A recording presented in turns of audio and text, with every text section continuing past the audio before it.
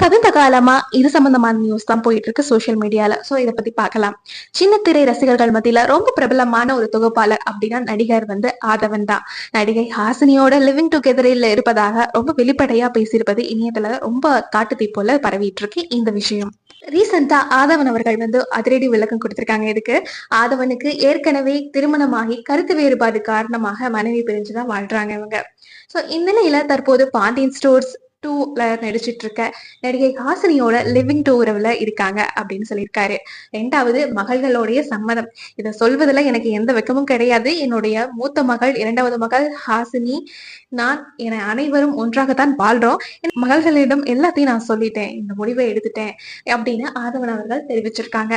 So அடுத்த கட்டமா சட்டபூர்வமா விவாகரத்து கிடைச்சதுக்கு அப்புறம் முறைப்படி திருமணம் செஞ்சு கொண்டு எல்லாருக்கும் அழைப்புதல் கொடுப்பதாக சொல்லியிருக்காருங்க ரீசெண்டா. ஹாசினி இவங்க பாத்தீங்கன்னா ஏற்கனவே விவாகரத்து பெற்றவங்க. இவங்க இசைஞானி இளையராஜா அவர்களுடைய உறவினரும் கூட. பாண்டியன் ஸ்டோர்ஸ் 2 சீரியல்ல இப்ப நடிச்சிட்டு வராங்கங்கிறது குறிப்பிடத்தக்க ஒரு விஷயம்.